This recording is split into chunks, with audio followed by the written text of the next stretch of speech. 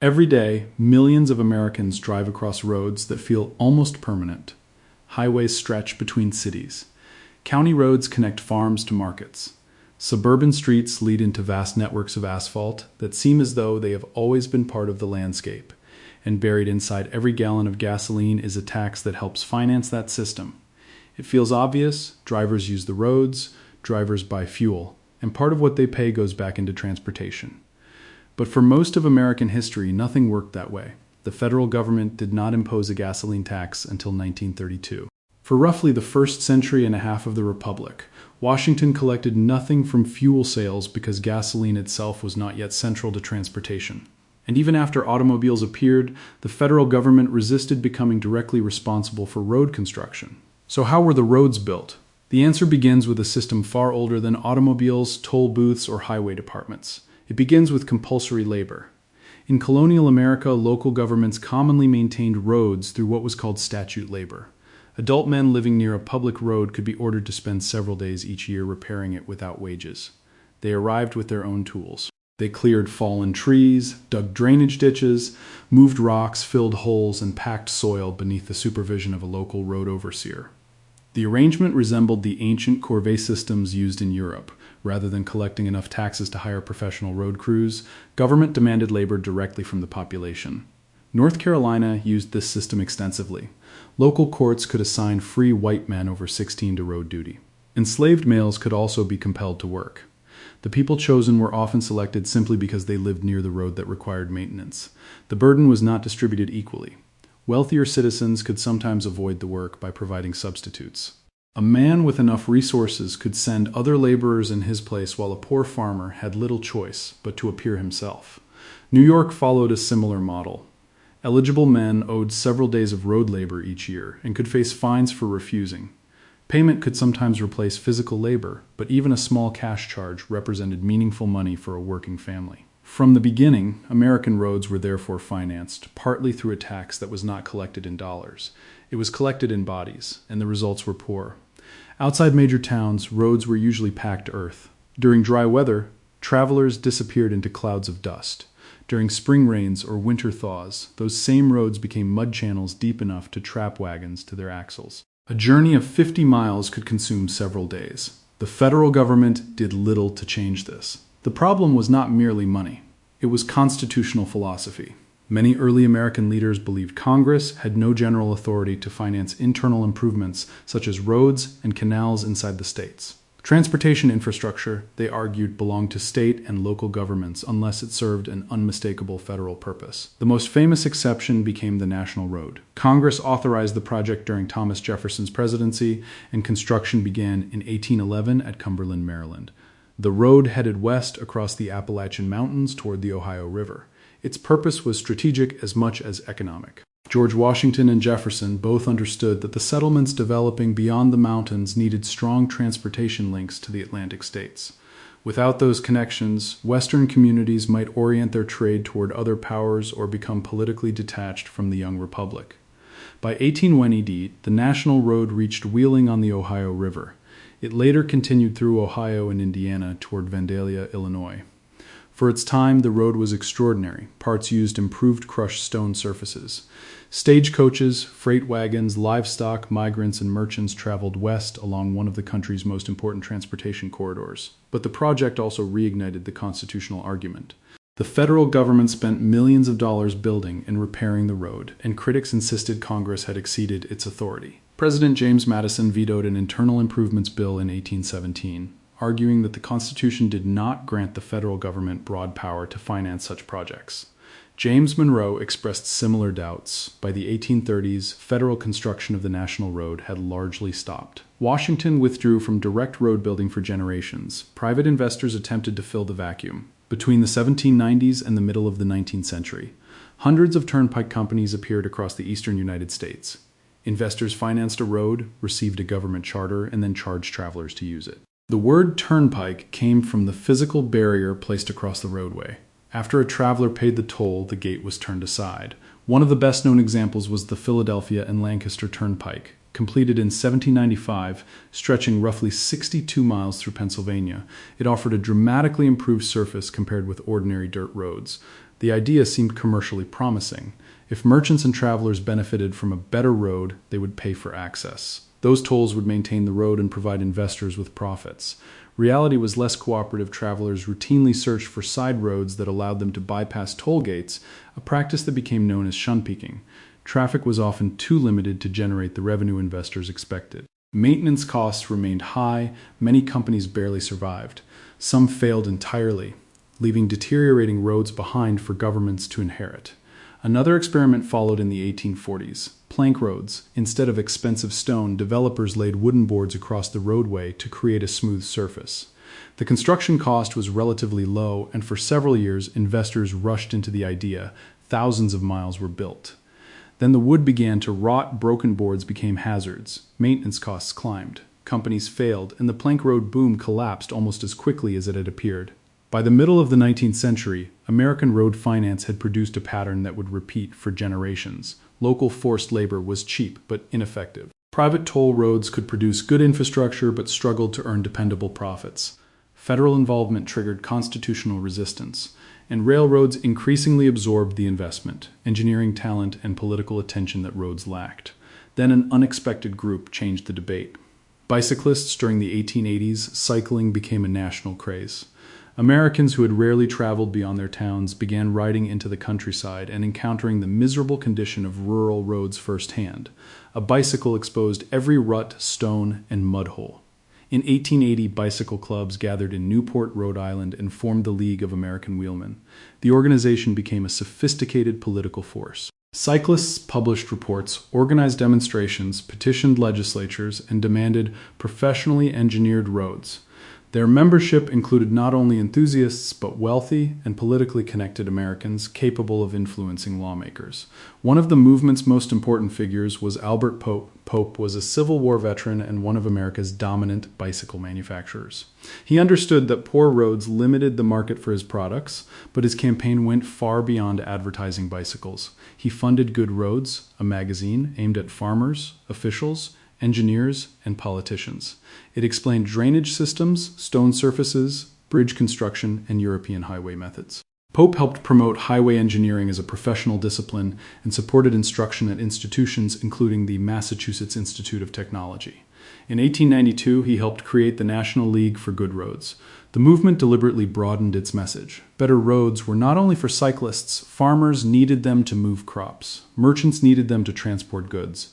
Rural communities needed them to reach schools, stations, and markets. Political pressure grew. In 1893, the federal government established the Office of Road Inquiry inside the Department of Agriculture. Its budget was only $10,000, but its creation marked the return of federal institutional interest in roads after decades of hesitation. That same year, New Jersey became the first state to begin directly participating in local road construction. Government was slowly replacing the old system of unpaid community labor.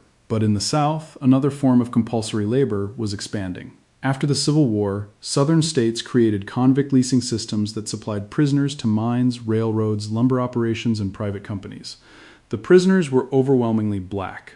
New laws criminalizing vagrancy and other minor conduct allowed Southern authorities to arrest large numbers of African Americans and place them into labor systems with conditions that were frequently deadly. By the beginning of the 20th century, public criticism of private convict leasing was growing. States began ending the practice. But the prisoners did not stop working. They were redirected toward public infrastructure. When Georgia abolished convict leasing in 1908, thousands of prisoners were transferred into county road crews. More than 90% of those affected were black. Similar systems spread throughout the South. Men worked in chains clearing forests, grading roads, digging drainage channels, and hauling stone. They slept in mobile cages carried from one project to another. Armed guards watched them, often with bloodhounds nearby. North Carolina became famous for expanding its road network through convict labor. Georgia used chain gangs across most of its counties. Officials praised the arrangement because it was cheap. The actual price was paid by prisoners whose labor could be extracted at almost no monetary cost. By the early 20th century, American road building therefore rested on a strange combination of old and new systems. Property taxes, local bonds, state assistance, unpaid statute labor, private toll roads, and convict chain gangs. Then Henry Ford introduced the Model T, and almost overnight, every system America had used to finance roads became hopelessly inadequate. When Henry Ford introduced the Model T in 1908, He did more than put millions of Americans behind the wheel. He created an infrastructure crisis. The automobile spread faster than the country's roads could adapt. In 1913, there were only about 13 cars for every 1,000 Americans. By 1929, that figure had exploded to more than 200. Within a single generation, a transportation system built for horses, wagons, bicycles, and occasional motor cars was expected to carry millions of vehicles traveling farther and faster than anything local roads had been designed to handle. The phrase traffic jam entered the American vocabulary, but congestion inside cities was only part of the problem. Outside urban areas, enormous stretches of the United States still relied on unpaved roads. Rain turned them into mud. Dry weather filled them with dust. Bridges were narrow, weak, or non-existent. Roads built through unpaid statute labor or convict chain gangs were not designed for automobiles weighing thousands of pounds. The country had created the car before it created the road system the car required. Few events demonstrated that mismatch more dramatically than the Army's transcontinental motor convoy of 1919. A young lieutenant colonel named Dwight D. Eisenhower joined a convoy of 81 military vehicles traveling from Washington, D.C. towards San Francisco along the Lincoln Highway. The journey became an endurance test. Roads disappeared into mud and sand. Vehicles broke down. Soldiers were injured. More than 80 bridges reportedly failed or were damaged under the convoy's weight. The trip took 65 days. Eisenhower never forgot it. Decades later, as president, his experience crossing the United States by primitive roads would help shape his support for the interstate highway system. But in 1919, the immediate question was simpler. Who was going to pay for better roads? Until then, road construction relied heavily on property taxes and public borrowing. That arrangement had a major weakness. Property owners paid whether they drove or not. A farmer might own no automobile and still see taxes on his land finance highways increasingly designed for motorists. A family living in town without a car contributed toward roads used heavily by automobile owners, commercial trucking companies, and manufacturers. As automobile ownership increased, the imbalance became harder to defend. The costs were also growing faster than traditional tax systems could handle. Engineered roads required grading, drainage, bridges, crushed stone, asphalt, concrete, and professional maintenance. Local governments that had once repaired muddy lanes with nearby labor now faced projects costing sums far beyond county budgets. The automobile industry understood that its future depended on solving the problem. By the 1910s, the old bicycle-led Good Roads movement was being replaced by a much more powerful coalition. The American Automobile Association, founded in 1902, advocated improved highways. Road builders, oil companies, tire manufacturers, automobile producers, contractors, and state highway officials increasingly pushed in the same direction. They wanted government money, and they wanted it on a national scale. Congress finally responded in 1916. President Woodrow Wilson signed the Federal Aid Road Act, establishing the first permanent federal program for supporting highway construction. The law committed $75 million over 5 years, but Washington would not simply hand states blank checks. Federal funds operated on a matching basis. States had to contribute their own money, establish professional highway departments, employ qualified engineers, and submit plans for projects meeting federal standards. The arrangement changed American road building. Local crews and political appointees were gradually replaced by state highway agencies staffed with engineers and administrators. Road construction became a technical profession rather than an occasional community obligation. The law also contained an important condition.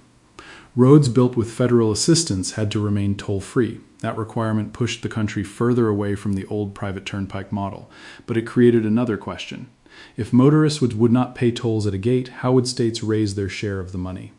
Oregon produced an answer in 1919. That February, the state enacted what became the first general gasoline tax in the United States. The rate was 1 cent per gallon. Its logic was remarkably persuasive. Instead of taxing property owners simply because they happened to own land, government could charge the people actually consuming the fuel that powered automobiles. Drive more, buy more gasoline, pay more tax. The connection between road use and road funding appeared direct. It was essentially a user fee collected invisibly at the fuel pump. The idea spread rapidly. State legislators faced enormous pressure to improve highways, but did not want to keep raising property taxes. A gasoline levy offered a new source of revenue that expanded automatically as automobile use increased. By 1925, 35 states had adopted gasoline taxes. Together, they were collecting more than $79 million each year. Holdouts eventually surrendered. By 1932, every state and the District of Columbia imposed some form of gasoline tax. The states had created the basic funding mechanism Americans now associate with highways. The federal government still had not. Washington continued financing road aid primarily through general federal revenue. There was no federal tax collected specifically from gasoline consumers. That finally changed during the Great Depression, and ironically, roads were not the reason. By 1932, the American economy was collapsing. Unemployment was soaring. Banks were failing. Federal revenues had fallen while pressure for government spending increased. President Herbert Hoover's administration faced a rapidly expanding budget deficit. Congress responded with the Revenue Act of 1932. The law raised taxes across a remarkable range of the economy. Income tax rates increased dramatically. Estate taxes rose.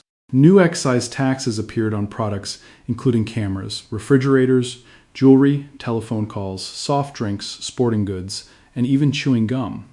Among them was a federal tax of 1 cent on every gallon of gasoline. America finally had a federal gas tax, but none of that money was dedicated to highways. The tax was created as an emergency revenue measure. Its purpose was to help the federal government close the Depression-era budget gap. Gasoline simply happened to be an excellent thing to tax. Millions of Americans bought it regularly. Consumption was easy to measure. Collection could be concentrated among producers and distributors. In its first year, the federal gasoline tax generated roughly $125 million. It proved so productive that it reportedly raised as much money as the next 18 excise taxes combined. The levy had originally been presented as temporary. It was supposed to disappear in 1934. Instead, Congress kept it. The rate increased to 1.5 cents per gallon. During World War II, the tax became permanent. It rose to 2 cents in 1951. Still, federal gasoline revenue flowed into the government's general treasury rather than a dedicated highway account. The transformation came in 1956. By then, Dwight Eisenhower occupied the White House. The young Army officer who had spent 65 days struggling across America in 1919 was now president of a country containing tens of millions of automobiles. Eisenhower supported the creation of a national network of high-speed, limited-access highways. Congress passed the Federal Aid Highway Act of 1956, launching construction of the interstate highway system. The scale was unprecedented. Thousands of miles of roadway would connect major cities, military installations, industrial centers, and regions of the country through one coordinated national network. Building it required a dependable stream of money. Congress increased the federal gasoline tax to 3 cents per gallon and created the Highway Trust Fund. For the first time, federal gasoline tax revenue became directly tied to highway spending. The federal government would pay 90% of the cost of interstate construction, while states supplied the remaining 10%. The financing model seemed to complete a transformation that had taken more than a century. The colonial farmer had once been ordered to appear with a shovel. The 19th century traveler had stopped at a toll gate. The property owner had paid taxes whether he used the road or not. Now the motorist purchased gasoline, and a portion of that payment helped finance the highway beneath the car. It appeared to be a pure user-pay system, but that appearance has never been entirely accurate. Gasoline taxes, tolls, and other direct user charges have never covered the complete cost of American roads. Governments have continued using property taxes, sales taxes, general revenues, and borrowed money to build and maintain transportation infrastructure. The same public that financed roads before the automobile continues subsidizing them after it. Even the federal gasoline tax has struggled to keep pace. In 1993, the federal rate was set at 18.4 cents per gallon. It has remained there for decades. As prices, labor costs, and construction expenses increased, inflation steadily reduced the purchasing power of each tax dollar. At the same time, vehicles became more fuel efficient. A driver could travel farther while purchasing less gasoline, weakening the connection between miles driven and taxes paid. That has reopened the same argument Americans have been having since the colonial period. Who should pay for roads? Should motorists bear the entire cost because they use them directly?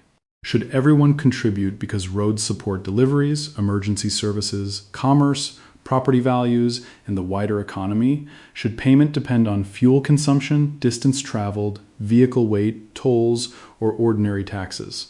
There has never been one permanent answer before gasoline taxes. America built roads through forced labor, local property taxes, public debt, tolls, private companies, and convict chain gangs. Some people paid with money, others paid with labor they had no power to refuse.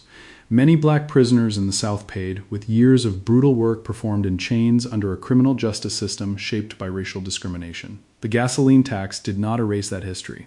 It arrived after much of the early road network had already been carved through the landscape. And even the federal tax itself was not created because Washington suddenly embraced the principle that drivers should finance highways. It was created because the federal government was desperate for money during the Great Depression. Only 24 years later was that tax formally connected to a highway trust fund. What now appears like a carefully designed system was assembled through crisis, political compromise, private pressure, and improvisation.